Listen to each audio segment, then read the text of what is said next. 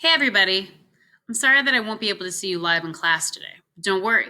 See, I made this video so you could follow along with me and complete the calorimetry lab in class. So, make sure to follow along with me slide by slide, drag and drop your answers, complete all the yellow boxes, and finish the exit slip too.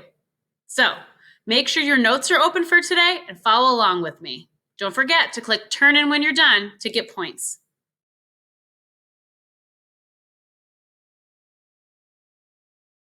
Hello again, everybody. Happy Thursday. Happy National Blueberry Pancake Day. Happy National Kazoo Day. And thanks for watching. This is going to go through and answer all the questions on your slides for today and give you a little bit of help on your exit slip too. So we're going to finish our calorimetry lab today. We're going to talk about specific heat capacity, and we're going to put it all together on an exit slip to put, I don't know, kind of a nice ending touch to this unit. So we are in Unit 8. We were talking about heat, temperature, and thermal energy. We've been talking about how heat gets transferred, and we're going to be talking a lot about joules and specific heat capacity today using our calorimetry lab. But before we get into that, let's do a quick review. Number 1, temperature is a measure of the average kinetic energy of the molecules or particles in an object. So if something has a low temperature, the molecules and particles are going to be moving at a slower rate, whereas something at a higher temperature, well, those particles and molecules are moving around much faster. Number 2 is going to be talking all about heat flow.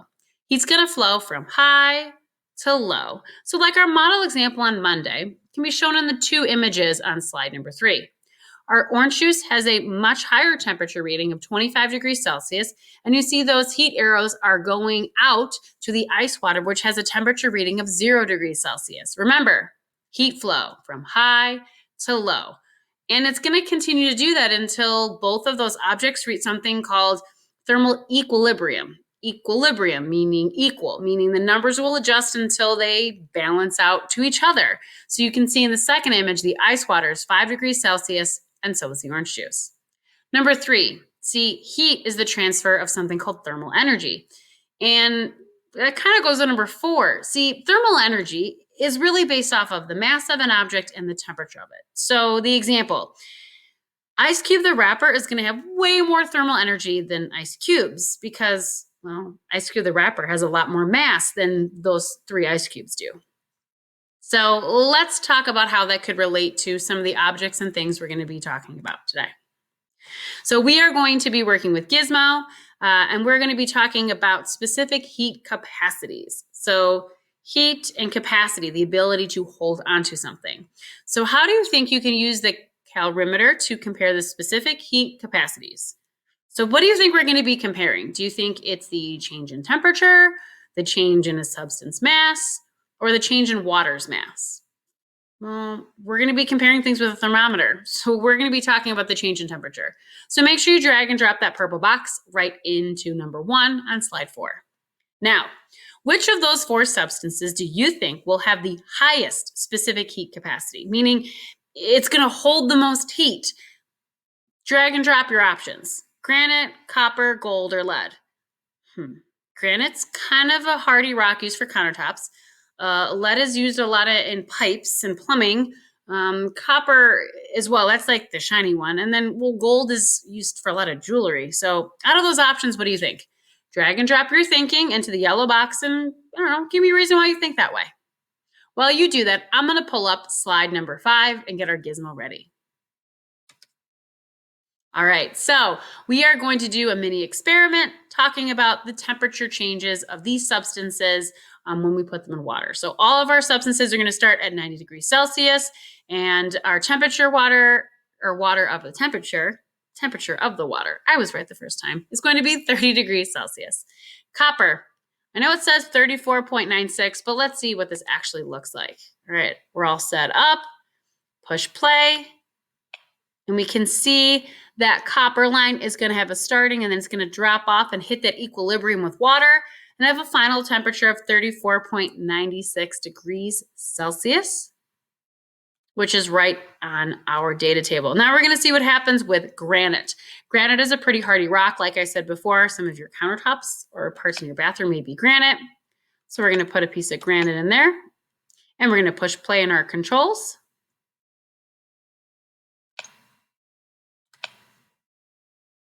Okay, so we've got our gray line is dropping. It's going to hit equilibrium with our water and have a final temperature reading of 39.59 degrees Celsius. Again, 39.59 degrees Celsius. So we're going to drag and drop our purple answer into that. And then we're going to move on to lead.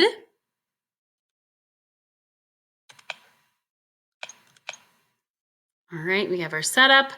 We've got our controls. Let's see what happens. Whoa, that was a huge jump. Look at that.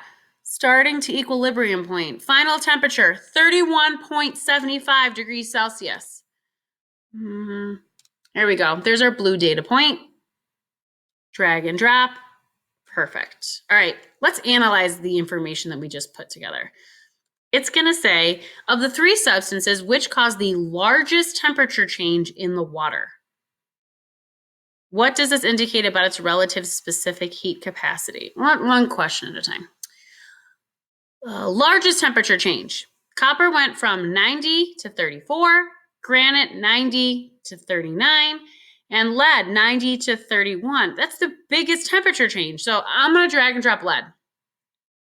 Lead caused the largest temperature change. Absolutely. But what about this specific heat capacity, ability to hold heat? Remember that specific heat capacity is a measure of a substance's resistance to change. The more resistant a substance is to temperature change, the higher it is specific heat capacity. So rank the three substances in order of their specific heat capacities from highest to lowest. Well, if I look at my data points, I can tell that I've got 31.75, 34.96, and 39.59. I'm going to start with the one in the middle because I know I can get that one right. Copper is going to be right in the middle. So I'm going to drag and drop this here. Now, has the highest specific heat capacity. Meaning a high capacity. It can hold a lot of heat before it changes. Well, that's going to be granite because guess what? Granite barely changed. And then lead, well, lead at a huge temperature change, it doesn't have a good heat capacity, meaning it can't hold a lot of heat. It's going to change along with it. All right, let's move on to slide number 6. Slide number 6 has got our friend George. So George is back and he's curious as always, and he wants to know what factors affect heat transfer between different substances. Help him to figure out and what we've learned from the gizmos as well as data table 1. So George has an insulated beaker with 200 grams of water at 60 degrees Celsius. He also has 4 50-gram cubes of each of the materials in table 1, all at 20 degrees Celsius. So he's got 4 copper cubes, 4 granite cubes, 4 lead cubes, and 4 aluminum cubes. If he wants to cool down his water the most by adding cubes of only one material, what material and how many cubes should he add? Okay, so no ice cubes, but we have to choose a different object. Now, my table 1 says that the specific heat capacity of lead is 0.126, copper is 0.378, and granite is 0.795, and aluminum is 0.900. Wow. Okay, so lead seems to be the lowest number. Aluminum seems to be the highest number. So I want something that's going to cool things off as fast as possible. You know what? I'm going to guess aluminum. So I'm going to drag and drop my aluminum over, and I want it to have the biggest temperature change. He wants to really cool it off, right? So if my options are 1 to 4, I'm going to say he wants 4 of those, 4 cubes. Why? Well, aluminum has the highest specific heat capacity, and he wants to cool things down. Let's see. Aluminum has the greatest specific heat capacity. Therefore, it can absorb more thermal energy per gram. So George wants to cool down the water the most. He should add all 4 aluminum cubes. It'd be like adding 4 ice cubes. So that would be how you can compare it. Okay, now here's the deal. He has another beaker with 200 grams of water at 60 degrees Celsius, but he only wants to cool down this water by just a little bit. Which material and how many cubes should he add? Okay, so if we did aluminum before because it had the highest number, we probably should be looking for the substance with the lowest specific heat capacity. And if I go back to my data table, that would be lead. So I'm going to click and drag this lead. Bum, bum, bum, bum. Number of cubes added. My options are 1 to 4, and I really don't want it to change. 1 cube. Okay, my choice and my reasoning. Lead has the lowest specific heat, and I picked the lowest number. Let's check and see our answers. Drum roll. Yes. George wants to use 1 cube of the material with the lowest specific heat capacity because this material absorbs the least amount of thermal energy. All right, so here's a conclusion. The greater the specific heat capacity of a substance, the more or less, let's see. So the greater the capacity. So aluminum has the greatest. So does that mean that it's absorbing more or less? Well, hopefully you guys type in more. It's going to absorb more. All right, let's move on. Now, what really is specific heat capacity? Why study this? So here's the deal. Specific heat capacity is a physical property of matter, kind of like density. Does it sink or float? Color, boiling point. Here's the deal. It's defined as the amount of heat required to raise the temperature of 1 gram of material by 1 degree Celsius. But what does that even mean? Well, here's the deal. If we have 1 gram of lead and we want to raise its temperature by 1 degree Celsius, we need to add 0.126 joules of heat. Similarly, if you want to raise the temperature of a gram of aluminum by 1 degree Celsius, you have to add 0.9 joules of heat. So this is telling you how many joules of heat you have to add in order for that material to increase by 1 degree Celsius. It's a temperature change. It's written in the formula below. Heat equals mass times specific heat capacity times the temperature change. Now we can shorten that down to a formula that says Q, that's right, heat is Q. Q equals M times C times delta T. Remember, delta T is change in temperature. So what does this have to do with anything? Because I know you all love math so much, but it's actually super relatable, especially if you've ever been to the beach. So here's the deal. Why does the sand on the beach get so hot on a sunny day, but the water stays so cool? We can figure it out talking and using this concept. See, table 2 shows the specific heat capacity of both sand and water. Let's rearrange it. This is a lot of letters. So I've got Q equals M times C times delta T. So let's figure out the change in temperature. I would flip it around and it would be delta T equals Q, or the heat, divided by mass times specific heat capacity.